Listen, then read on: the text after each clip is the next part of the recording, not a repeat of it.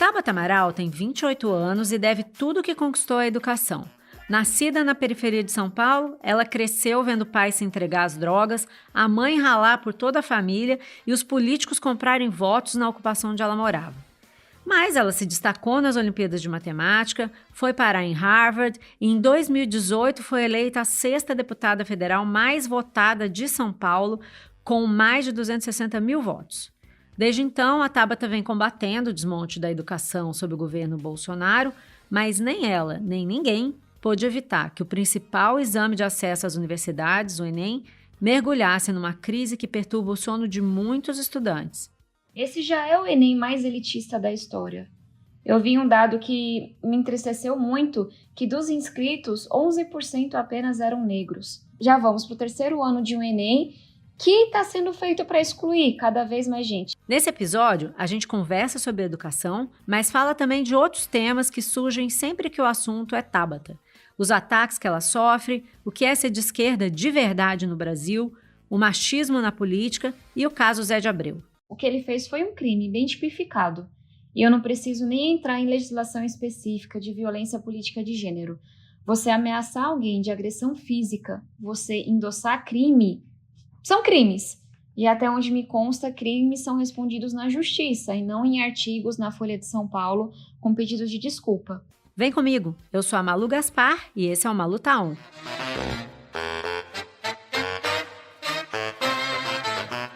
Bom, gente, eu tô aqui com a Tabata Amaral. Tabata, você tá on? Tô on. Bom dia. On bem cedo, para o nosso ouvinte saber, a gente está gravando de madrugada praticamente, porque a Tabata tem que ir para o Congresso, então eu vou começar logo. Tabata, a gente está na véspera do Enem, e a pergunta que todo mundo está se fazendo a essa altura, depois de toda a crise que a gente está presenciando aí a respeito da demissão dos funcionários do INEP, essa insegurança toda, qual o grau de segurança e de credibilidade que a gente pode esperar para esse Enem? Vamos embora. Malu, acho que é importante a gente relembrar que os últimos 2 Enems já tiveram muitos problemas, né? Problemas com contrato, com aluno sendo deixado de fora da sala porque estava lotada, problemas com a segurança sanitária. Então, assim, não é que o histórico é muito bom do governo Bolsonaro. Na verdade, a gente tem todas as razões para estar preocupados.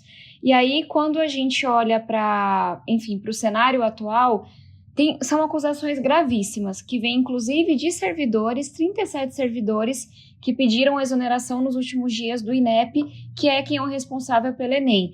Então, a gente está falando de acusações de interferência ideológica nas questões.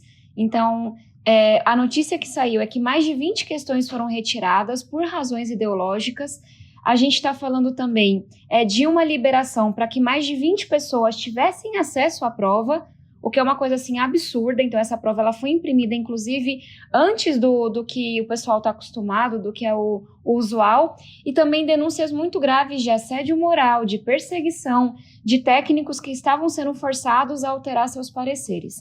E aí quando a gente fala de segurança, o simples fato de pessoas que não são autorizadas, não são preparadas, não assinaram um contrato para isso, terem acesso a essa prova me preocupa. Porque a gente está falando de um risco muito grande de vazamento. Uma outra coisa que me preocupa, para além do absurdo que é um governo querer impor a sua visão ideológica a uma política de Estado que é o Enem, é que o Enem ele é todo calibrado. Então a nota do aluno não é só a soma das notas individuais em cada questão, é a composição.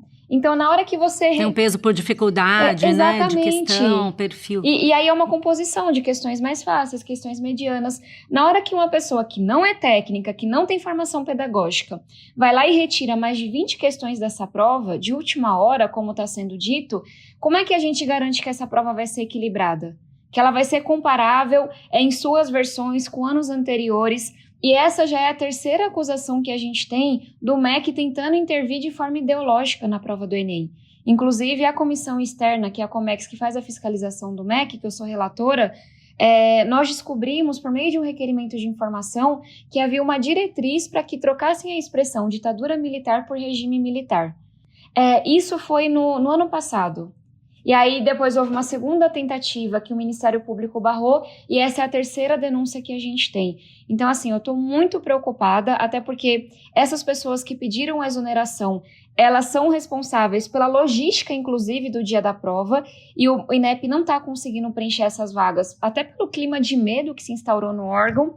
Estou com medo do que vai acontecer nos próximos domingos, a gente tem que fiscalizar, mas também isso mostra a pequenez, a mesquinharia do governo Bolsonaro, né? Que diante de problemas tão graves, da gente andando 20 anos para trás na evasão escolar, de correndo o risco de que mais da metade dos alunos não aprendam a ler e escrever na idade certa, que a gente tenha o governo preocupado com isso, com a ideologia de uma questão de uma prova nacional. Olha o padrão do Enem do Brasil, pelo amor de Deus. Aquilo mede algum conhecimento ou é ativismo político e ativismo também na questão comportamental? A gente não precisa disso. Nessa edição, essas pessoas que pediram demissão, esses funcionários com quem você tem contato, eles deram mais exemplos do que mudou na prova? Você conseguiu algum outro exemplo? A gente não teve acesso ainda a quais questões foram retiradas, e a única coisa que eles nos passam é que mais de 20 questões foram retiradas por serem sensíveis, entre aspas, ideologicamente. A gente teve a oportunidade na Comissão de Educação de questionar tanto o presidente do INEP quanto o ministro da Educação, e a resposta veio de uma forma muito debochada, eu não consigo pensar em outra palavra. Para vocês terem uma ideia, o ministro da Educação, ontem na Comissão de Educação, ficou insistindo que esses funcionários, servidores públicos, haviam pedido exoneração porque não tinham ganhado uma bonificação. O que sequer faz sentido. Eu vi uma gratificação, exatamente, né? Uma gratificação. Que mudou uma forma de gratificar o funcionário. E na hora que eles pedem exoneração, inclusive eles reduzem o seu salário, sabe? Não faz o menor sentido. Para mim, é mais uma forma de constranger esses funcionários. Na hora que você diz que 37 servidores de Estado que estão lá, independente de qual é o governo, PT, PSDB, MDB, na hora que eles trazem acusações tão graves e o ministro fala, estão fazendo isso porque não receberam a gratificação, para mim só comprova o que esses servidores estão trazendo, do clima que eles estão vivendo hoje no MEC e no INEP especialmente. O ministro, inclusive, disse que não havia com que se preocupar, porque esses funcionários vão continuar tocando a prova da mesma forma. Mas você acabou de dizer que a pessoa da logística do INEP se ausentou. Então, qual é o quadro agora? Esses funcionários não estão participando da organização da prova? Acho que duas coisas. Uma coisa que a gente já estava denunciando é que o INEP está tendo uma dificuldade muito grande de preencher vagas. Então, independente da gente falar desses 37 que pediram exoneração, nós já víamos um quadro de muitas posições, inclusive de liderança, que não estavam sendo preenchidas, por medo das pessoas mesmo. Com essas 37 exonerações, esses pedidos foram feitos, mas as pessoas elas continuam trabalhando nas suas posições até que ele seja executado. E aí a nossa dúvida é, quando é que esse pedido de exoneração ele vai, enfim, ser acatado, ele vai ser entregue? E se isso acontecer no meio dos 2 dias de prova, o MEC vai ter tempo hábil para poder repor essas posições, para poder treinar a pessoa se for necessário? Então, esse é o momento que a gente está hoje. E ontem, inclusive, nós questionamos o ministro da Educação. Quem é o responsável se o Enem não funcionar, se tiver algum problema? Ele respondeu que ele era o responsável. Agora, tem uma coisa que a gente, enfim, que me entristece, esse já é o Enem mais elitista da história. Eu vi um dado que me entristeceu muito, que dos inscritos, 11% apenas eram negros, num país em que mais da metade da população é negra. E o último Enem excluiu absurdamente. E aí o que eles fizeram, no último Enem, muitos alunos não puderam entrar porque chegaram e estava lotado, mesmo chegando no horário. Aí esses alunos, o MEC interpretou como se tivessem faltado e os proibiu de conseguir a isenção de taxa. A gente foi à justiça, lutou, pressionou, conseguimos que o MEC voltasse atrás nessa questão. Só que aí já não havia tempo para que os alunos se inscrevessem. Então são vários erros e políticas e confusões que vão excluindo quem mais precisa, que vão excluindo quem é mais vulnerável. Então mesmo que, enfim, e vamos torcer e trabalhar para isso, a logística dê certo, por assim dizer, eu acho que é importante reconhecer esse legado. Já vamos para o 3º ano de um Enem, que está sendo feito para excluir cada vez mais gente. Um Enem mais branco. Um Enem mais branco, um Enem mais rico. Um Enem que depois de tanta luta, estava se tornando a porta de entrada para quem vem da periferia, para quem vem da escola pública, para poder sonhar, quebrar o ciclo da pobreza. E aí, de repente, a gente vê essa construção de anos suprapartidária ser jogada por água abaixo em 2, 3 anos. E essa é uma metáfora para o governo Bolsonaro na educação e em outras áreas também. Agora, teve um episódio que eu queria lembrar aqui contigo, que foi uma reunião que você e o deputado Felipe Rigoni tiveram com o Milton Ribeiro lá no início do mandato. Na época, ele foi muito criticado, inclusive foi atacado pelo Carlos Bolsonaro, que é o filho do presidente, e o próprio presidente. O presidente teria cobrado e tudo, e até foi engraçado que o Rigoni deu uma declaração uma vez que eu vi, dizendo que ele parecia um senhorzinho gente boa. O Milton Ribeiro parecia um senhorzinho gente boa. E depois disso, aparentemente, o ministro passou a dar declarações mais e mais radicais para a linha do bolsonarismo. Eu queria saber como foi a conversa e se você atribui essa guinada do Ribeiro, se ele era mesmo um senhorzinho gente boa, ou se depois teve alguma outra, você identificou essa mudança, né? Se você teve contato com ele, me conta um pouco esse histórico da conversa com o ministro Milton Ribeiro. Malu, o nosso papel enquanto parlamentares que lutam, que defendem a educação, é sentar para conversar com o ministro de Estado da Educação.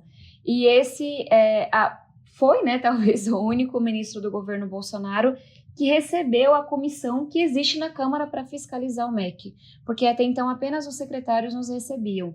Então a gente foi para a reunião, eu inclusive levei uma lista de demandas de professores, responsáveis, alunos de uma reunião que eu havia feito de uma audiência em termos da pandemia, de como que as escolas poderiam se preparar, como que a gente poderia enfrentar esse momento.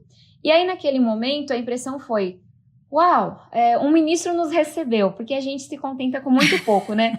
Depois de Vélez e Weintraub, né? A gente achava que não tinha como piorar, o ministro nos recebeu. Quem sabe agora tem algum diálogo, porque o que a gente está aqui trazendo de demanda não é pauta partidária, não é pauta ideológica, é pauta de brasileiro, é pauta de gente, de aluno.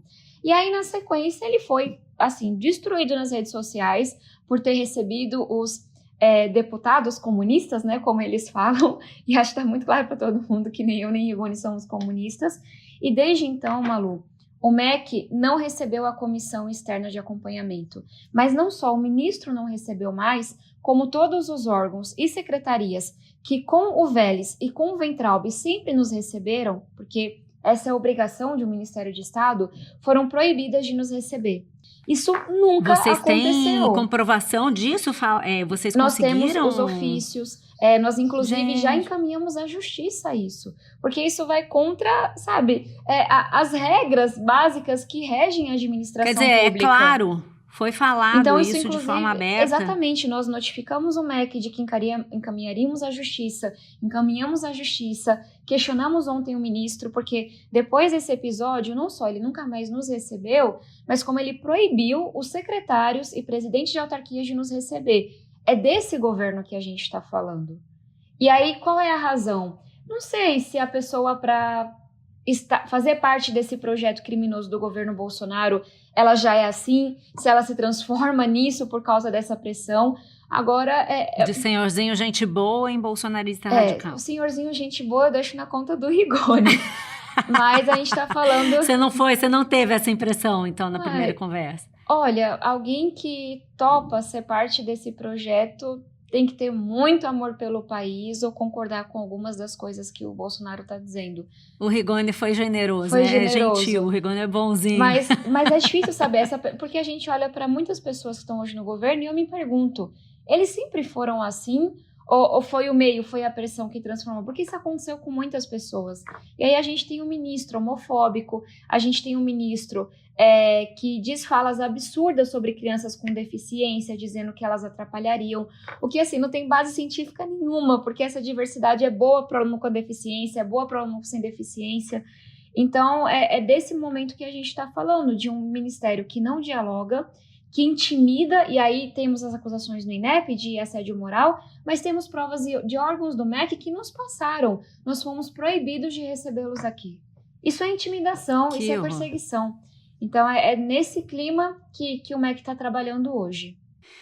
Você falou de uma questão que eu acho que é bem importante e que talvez não tenha sido bem discutida e levada a sério, tanto no governo como na oposição, que é a questão do ensino presencial. A gente viu nessa pandemia um buraco, uma tragédia educacional, porque as crianças demoraram muito para voltar para as aulas, tem lugares que só estão voltando à aula presencial agora, e eu tenho a impressão de que dos dois lados a questão ficou mal definida. De um lado, o governo dizendo que não tinha responsabilidade sobre isso, e de outro lado, boa parte da esquerda e da oposição falando que não era hora de voltar, porque isso ceifaria vidas e tal.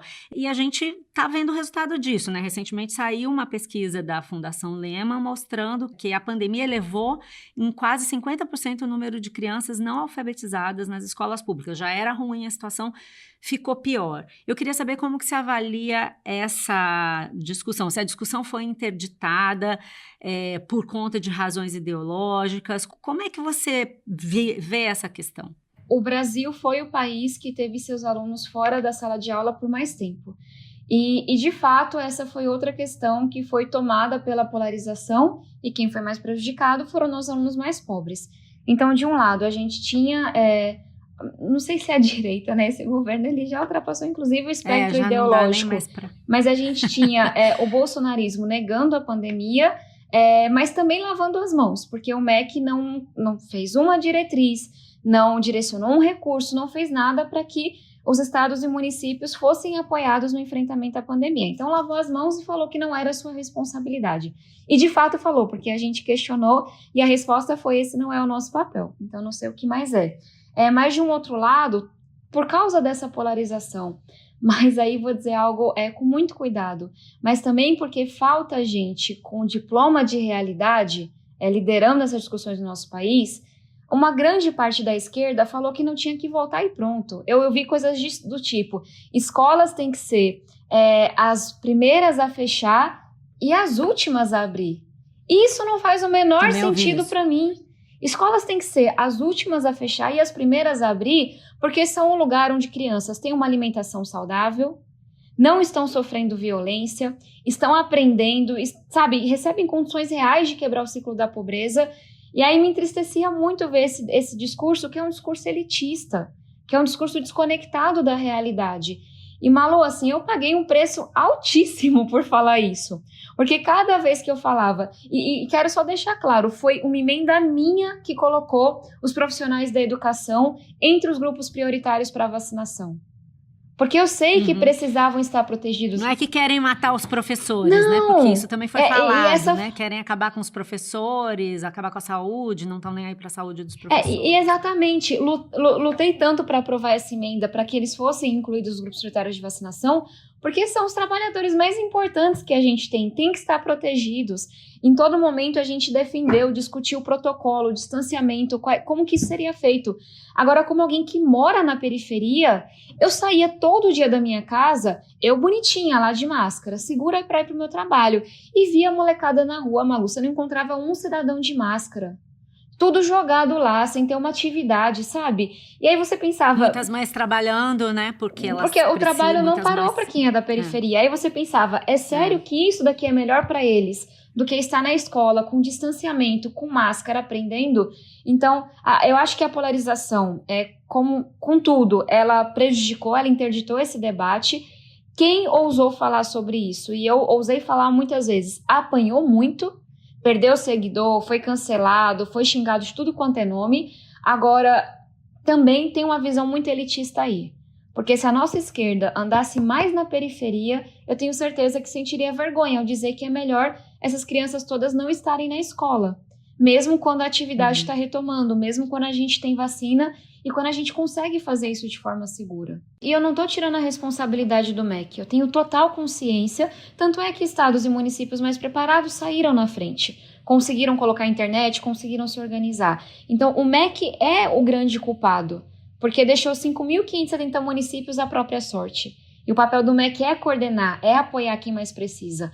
Agora, também a esquerda em nenhum momento, assim, e obviamente há muitas exceções, eu me coloco como exceção nesse debate, mas de forma geral, a esquerda se ausentou desse debate. Falando nisso, tanto a questão do Enem, como também essa briga do governo para instituir o homeschooling, que aparentemente é a única pauta concreta que eles têm, todos se inserem num contexto de guerra cultural, né? Assim, desde o início da campanha, a gente ouve falar, e parece que isso está voltando agora, que a guerra cultural é o que há de mais importante para conquistar corações e mentes, que se você começa a transformação de um país pela educação, mudando os conteúdos que você ensina, porque isso mudaria a consciência política do povo, né? E agora a gente está vendo essas questões do Enem, e muito possivelmente nós teremos esse debate recrudescendo na eleição. Você que está na educação, que acompanha isso, você acha que essa tática teve algum efeito concreto, já que a gente está falando em diploma de realidade? Isso mudou em alguma coisa a forma como as pessoas veem a educação, o governo, a consciência do povo? Assim, você acha que isso faz sentido?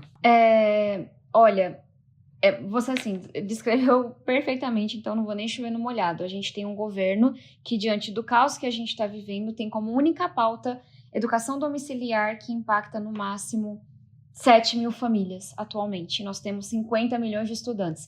Eu não consigo achar que isso é uma prioridade. E realmente não há nenhuma proposta para a educação, tudo que a gente vê é ideológico.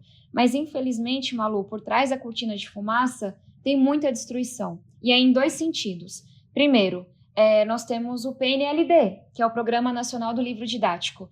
O edital do PNLD foi alterado. E foi alterado com coisas do tipo, antigamente havia uma diretriz para você prezar pela diversidade, para você prezar pelo respeito. Tinha uma diretriz que eu achava extremamente importante, continuo achando, de que o governo não poderia adquirir livros que trouxessem, sem nenhuma discussão, a mulher numa posição machista ou o negro numa posição racista. Porque são os livros que nos formam. Então, assim, uma coisa muito bem escrita para garantir que, olha, os livros que vão ser adquiridos, ou eles vêm num contexto histórico em que a gente pode discutir, ou a gente vai ter esse cuidado de trazer diversidade nos autores, de trazer diversidade no conteúdo, prezar pelo respeito. Isso foi destruído. Então, isso já é um legado. A gente vai ter esses livros comprados nesse novo edital nas escolas por muitos anos. E eu realmente acho que isso impacta nos sonhos que esses jovens têm.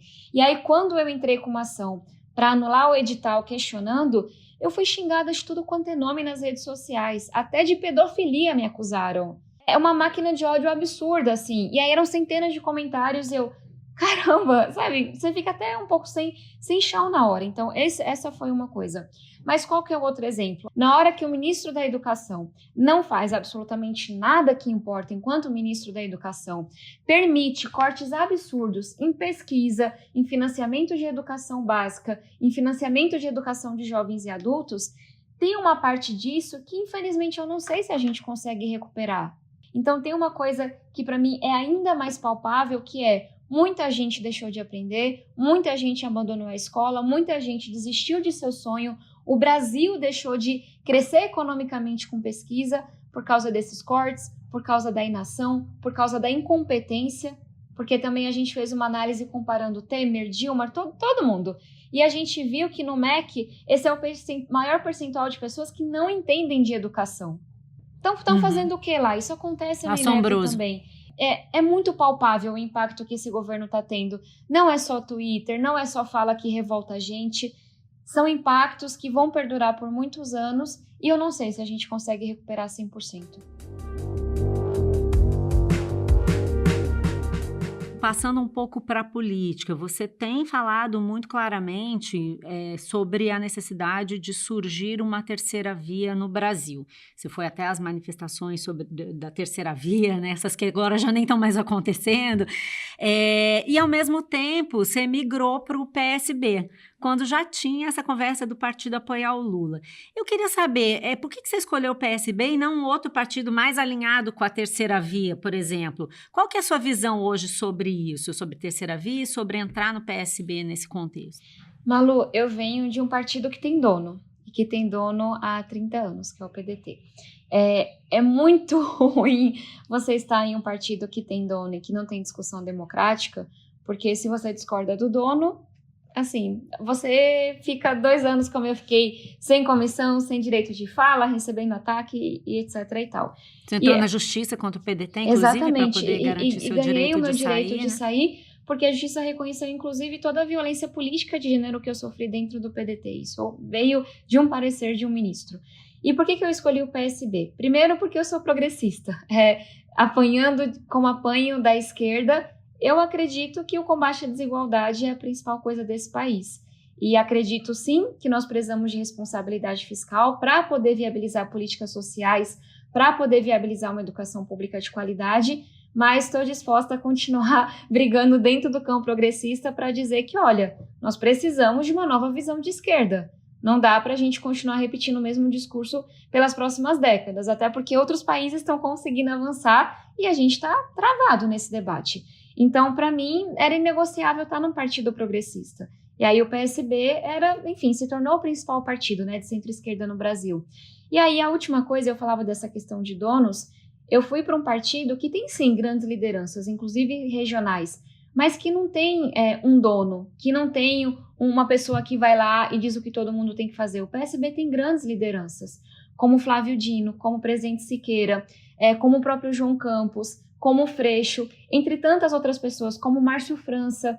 Então, me pareceu importante, sabe, ir para um partido que tivesse debate, que tivesse líderes que pensam diferente, mas que não tivesse uma condução única de mandou, tem que bater continência e não há nenhum debate.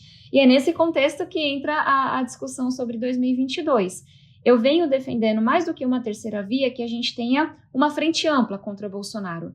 Eu acho que é arrogante, eu acho que é perigoso, eu acho que é errado dizer que Bolsonaro não está no segundo turno. A gente já fez esse erro em 2018. E eu acho que o PT, sozinho, com uma candidatura única, sem fazer uma discussão ampla com outros partidos, sem fazer concessão, sem atrair pessoas diferentes, vai nos colocar numa situação muito perigosa que nós já vivemos em 2018, que pode garantir a reeleição do Bolsonaro. Eu votei no Haddad, votaria em qualquer pessoa contra Bolsonaro, mas eu talvez só seja cuidadosa, realista demais. Então, inclusive, acho que o PT deveria estar nessa construção. Mas não sozinho, mas com não uma tá. candidata. Exatamente. A gente não está vendo isso. O PT, inclusive, rechaça qualquer discussão sobre terceira via. E aí a gente vê boatos de que pessoas do PT estão dividindo os ministérios entre si.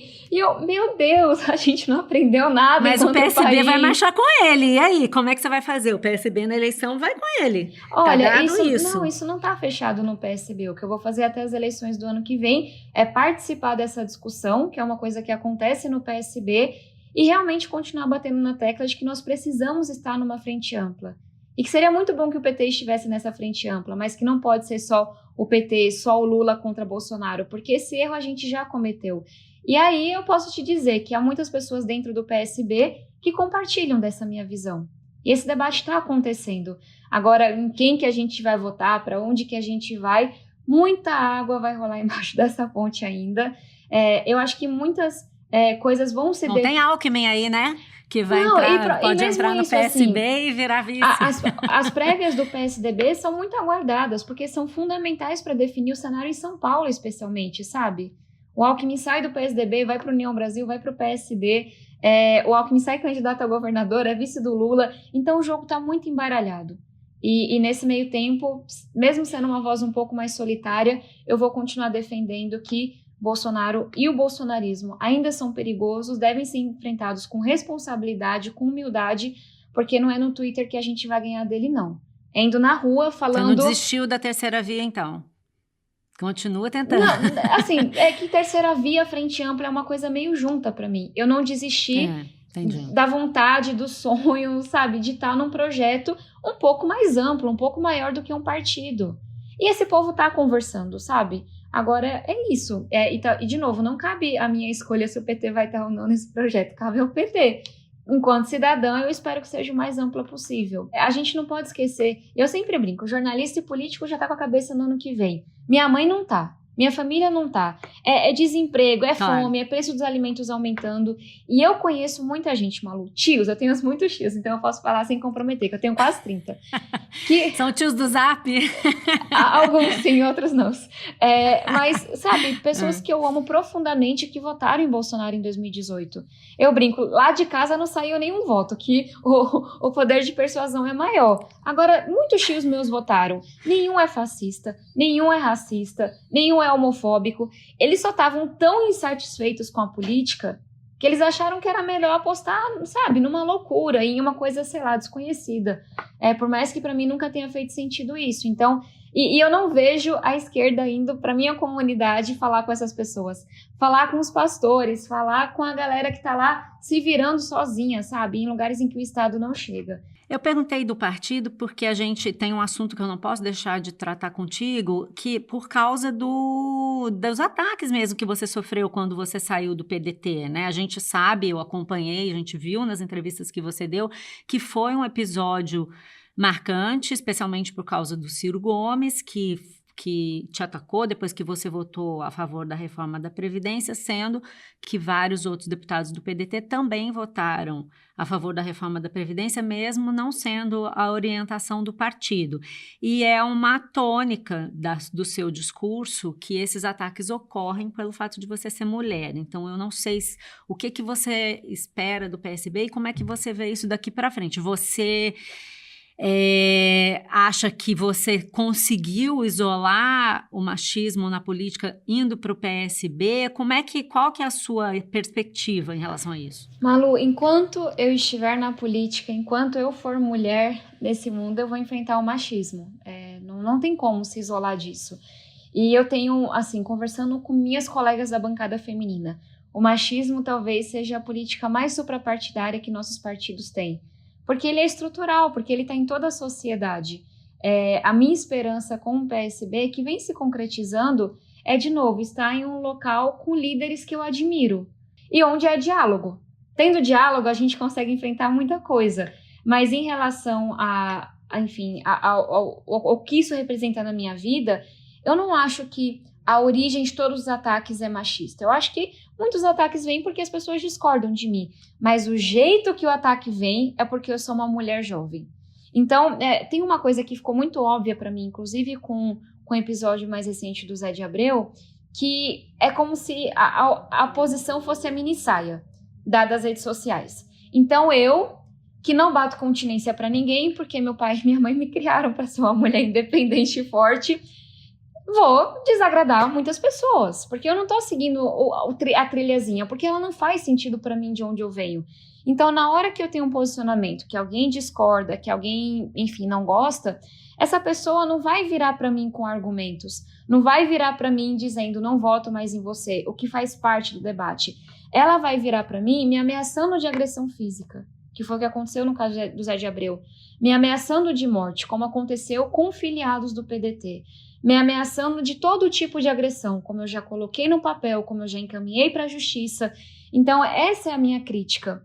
A crítica, a discordância, ela faz parte. É como assim, na hora que eu assinei o contrato, quero disputar uma eleição, num momento tão polarizado, eu sabia que isso ia acontecer muito. Isso é difícil, é duro, machuca, mas faz parte. O que não faz parte é toda a camada de violência. É o quanto que as pessoas querem que eu sinta medo, que eu não fale mais, o quanto que elas querem me impedir fisicamente de seguir, sabe? É isso que é o componente machista. E eu tenho muita consciência que eu vou lidar com isso por muitos anos ainda. No caso do Zé de Abreu, ele fez um artigo pedindo desculpas, se desculpou sobre isso, né? Só para a gente lembrar aqui para o ouvinte, ele repostou um comentário de uma pessoa no Twitter dizendo que te socaria até ser preso, e depois ele falou de novo, né? Que você era canalha e coisas do gênero. Eu já tinha publicado que ela era canalha. Quando eu li ela dizendo assim, temos que furar a bolha da esquerda e da direita e atingir o povo. Ela acabou de entrar no Partido Socialista. Eu sempre me considerei um socialista cristão, sonhador e tal. Aquilo me agrediu de uma tal maneira que eu falei canalha. Aí eu continuei vendo, aí eu vi aquilo, falei, vão me xingar de machista, eu vou colocar uma outra posição para ver que a minha foi muito menos misógina do que a dele. Mas eu me quebrei. Aquele milésimo de segundo que eu dei um RT, eu errei muito. 1 milésimo de segundo é o tempo que você não freia e atropela uma pessoa. Mas ele pediu desculpas. Você aceitou as desculpas? Malu, primeiro que o pedido de desculpa estava no título do artigo. O artigo era sobre me atacar e ele se promover. Mas, independentemente disso, o que ele fez foi um crime bem tipificado. E eu não preciso nem entrar em legislação específica de violência política de gênero. Você ameaçar alguém de agressão física, você endossar crime, são crimes. E até onde me consta, crimes são respondidos na justiça e não em artigos na Folha de São Paulo com pedidos de desculpa. Então, essa decisão eu vou deixar para a justiça, porque me incomoda um pouco essa percepção de que porque eu sou mulher ou porque eu sou política ou qualquer outra coisa, quando um crime é cometido contra mim, eu deveria ter uma reação diferente. Se eu fosse roubada, ninguém esperaria que uma desculpa minha sequer caberia essa pergunta. Me perguntariam apenas, você fez o BO? Você deu início ao processo? Eu responderia sim ou não. Então, quando a gente fala de crimes tão bem tipificados que não estão numa área cinza, eu não acho que a pergunta certa é você desculpa ou não. A pergunta certa é você processou ou não. E aí a justiça é quem deve decidir. E em relação à solidariedade feminina quanto a esses ataques? Porque é comum a gente ver, especialmente em redes sociais, quando uma mulher é atacada, outras defendem e tal. Você sente que isso acontece contigo na mesma proporção de que outras mulheres? Ou a solidariedade das mulheres em relação às outras também carrega um componente seletivo, ideológico? Como é que você se sente em relação a isso? Infelizmente, essa solidariedade ela é seletiva, né? Não só por parte de partidos de esquerda. Então, só relembrando que o Zé de Abreu é filiado ao PT. Eu não ouvi uma palavra de pessoas do PT, sejam elas de mulheres ou homens. Mas, eu me orgulho muito de ter me posicionado todas as vezes em que vi. Seja a vítima Dilma Rousseff, Joyce Hasselmann, Simone Tebet, Marina Silva, eu não me silencio diante de violência, diante de machismo. E você nunca vai ver, Malu, um posicionamento meu do tipo, discordo de fulaninha, mas tá aqui o meu apoio. Porque quando tem uma violência, é igual no pedido de desculpa, ninguém perguntou a sua opinião, se você concorda com ela ou não. Ou você se posiciona ou você não se posiciona. Então, infelizmente, o que eu vi, o que eu vejo, é que mulheres que, por alguma razão, discordam do meu posicionamento, ou, enfim, disputam voto comigo, ou qualquer coisa do tipo, não se posicionaram, e quando se posicionaram, foi nessa linha de discordo de tudo que a Tabata faz mais. E aí eu falando, caramba, você discorda então da minha luta pelo Fundeb, pela conectividade, contra a pobreza menstrual, porque se você está dizendo que você discorda de mim de tudo, mas aqui está dizendo a sua solidariedade, talvez eu não queira a sua solidariedade. Por alguma razão, as pessoas têm medo, algumas pessoas, né? Obviamente eu sou muito grata por todo o carinho e apoio que recebo também, mas algumas pessoas têm medo de serem vistas me endossando de alguma forma, mas acho que muita gente tem medo do que eu represento. E o que você representa? Talvez uma nova forma de fazer política. Não é comum alguém vir da periferia como eu, ser mulher jovem, ser deputada federal. Não é comum alguém não ter padrinho político e se incomoda pra caramba. Então as pessoas se incomodam, porque eu saí do script. E, de novo, não tô dizendo que o meu posicionamento é pior ou melhor. Eu só acho que tem coisas, sabe, entre, sei lá, o que defende o PT e o que defende a direita. Eu acho que, especialmente no campo da esquerda, que é onde, enfim, talvez esteja a minha responsabilidade, eu quero ser capaz de dizer que a gente tem uma esquerda que é fiscalmente responsável, porque é socialmente responsável. De uma esquerda que olha para as evidências, que faz conta, que tem coragem de fazer escolha difícil. Eu sou intransigente com o combate à corrupção. Nem toda a esquerda é. Inclusive, tem gente que acha que essa é uma pauta de direita, mas para mim essa é uma pauta de esquerda. Que é você garantir que cada centavo vai para quem mais precisa, que é você lutar pela ética. Então, essas coisas incomodam. Mas eu vou continuar denunciando a corrupção. Quando ela acontece na direita, na esquerda, vou continuar lutando por esses ideais. É só que o custo é um pouco alto para quem é mulher. Porque eu brinco que eu sou muito mais cobrada do que muitos homens que já roubaram muitos bilhões de reais do nosso país.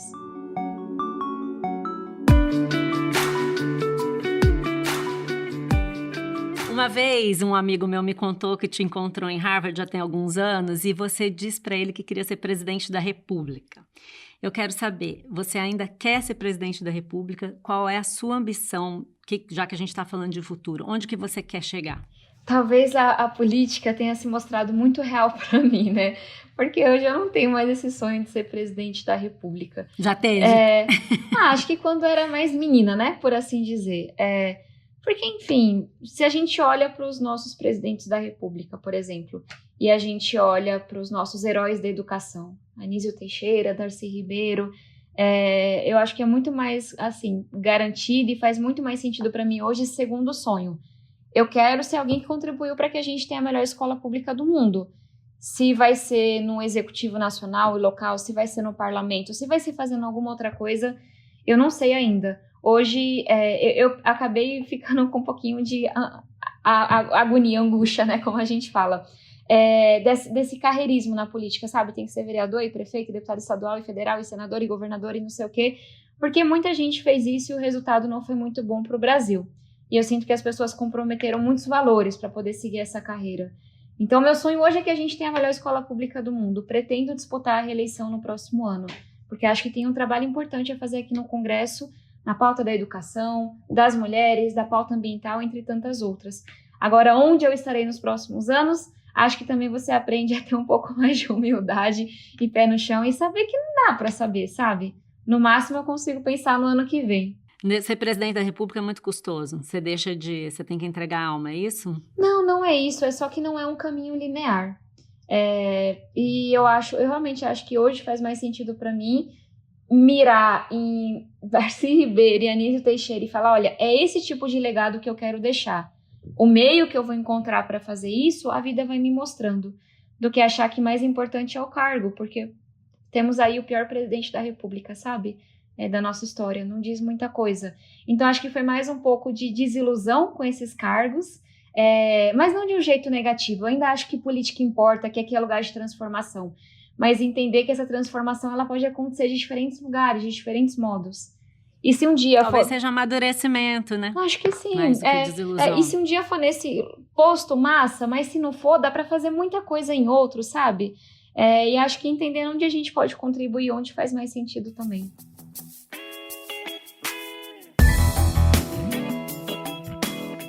Beleza, gente, agora matamos tudo, né? Agora eu vou correr pra Câmara. Corre pra Câmara. Um beijo, muito obrigada por ter participado do Malu Tá On. Vamos torcer pra esse Enem correr bem, né? Vamos, Malu, muito obrigada pelo convite, uma honra, um prazer estar aqui. Enfim, acho que já te disse, sou muito fã do seu trabalho. E nos próximos 2 domingos Obrigada. A gente vai fiscalizar bastante. Estou preocupada. Rezar, Vamos trabalhar para dar tudo aqui, certo. Você aí. E a gente vai acompanhando. Isso aí. Até mais, um beijão. Um beijo, querida. Até tchau, mais. Tchau. Esse foi o Malu Tá On. Para ouvir as nossas entrevistas é só seguir o programa nas plataformas de streaming. E a gente está em todas: Globoplay, Spotify, Apple Podcasts, Deezer e, claro, no site do Jornal Globo. Nesse episódio, além de áudios do Grupo Globo, usamos também áudios do canal do YouTube Fala Lola Fala. A direção foi da Luciana Malini, a captação do Maurício Belli, edição do Vitor Carvalho, produção de Johanna Heller e Mariana Carneiro, e eu sou a Malu Gaspar. Até a próxima!